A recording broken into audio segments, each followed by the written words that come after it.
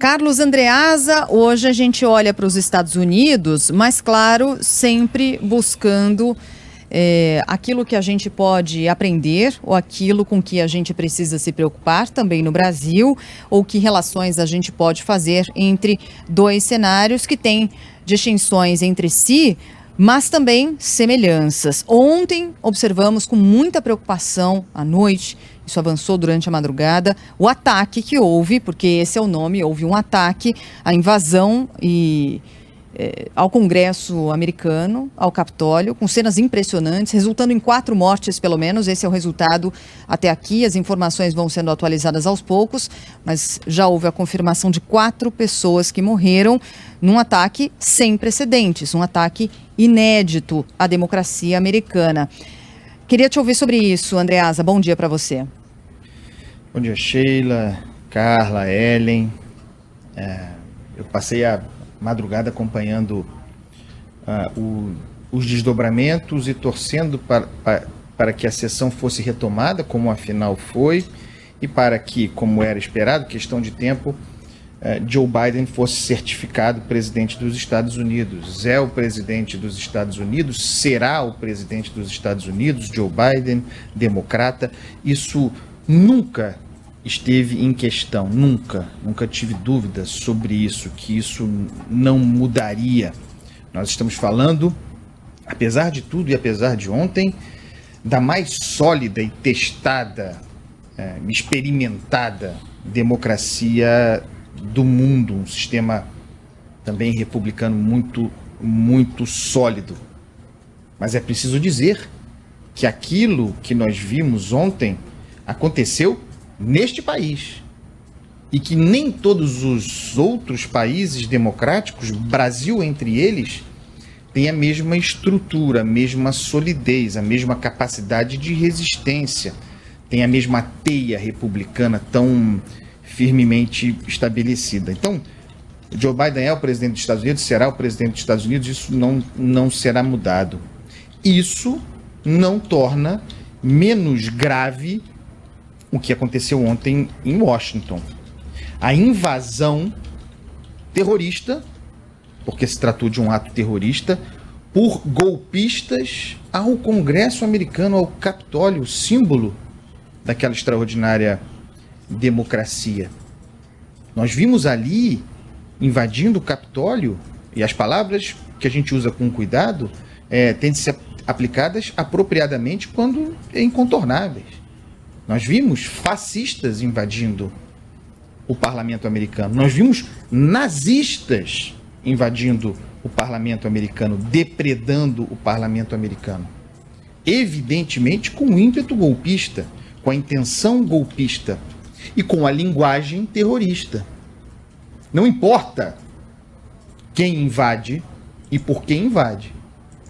Invadir prédios públicos e invadir o símbolo da democracia representativa é igual em todo lugar.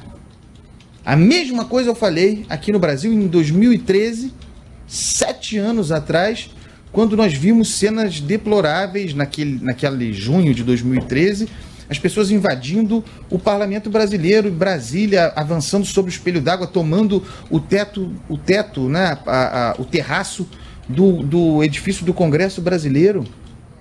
De esquerda, de direita, não importa, não é tolerável.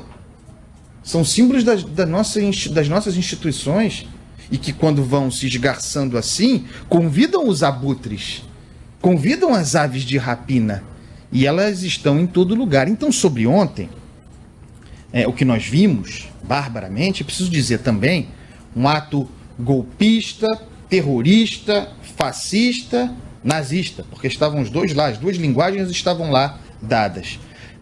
Aquilo aconteceu sob deliberado estímulo do presidente da República dos Estados Unidos. Nós já vimos aqui o presidente da República do Brasil fazer coisa parecida. Incitar esse tipo de ato contra instituições, contra o Congresso, contra o Supremo Tribunal Federal. Donald Trump ontem, muito protegido, né, com a casca de 10 centímetros de vidro blindado, fez discurso de estímulo ao golpismo, soprou o apito para que os cachorros corressem contra o Capitólio. Ele não disse invadam, disse, vão ao Capitólio para fazer pressão sobre os nossos representantes, para que alterem o resultado das eleições norte-americanas. Donald Trump foi o responsável por soprar o apito. Ele deu a senha. Ah, mas depois ele soltou uma mensagem na rede social, depois do acontecido, né? Falando em paz, em que o pessoal deveria ir para casa. Quer enganar quem? Quem se deixa enganar? Não havia ali qualquer mensagem de paz. E o que adiantava naquela altura pedir para as pessoas irem para casa? Se já estavam dentro do Capitólio, já tinham feito toda aquela depredação, toda aquela destruição, ocupando os espaços simbólicos, porque os símbolos também contam.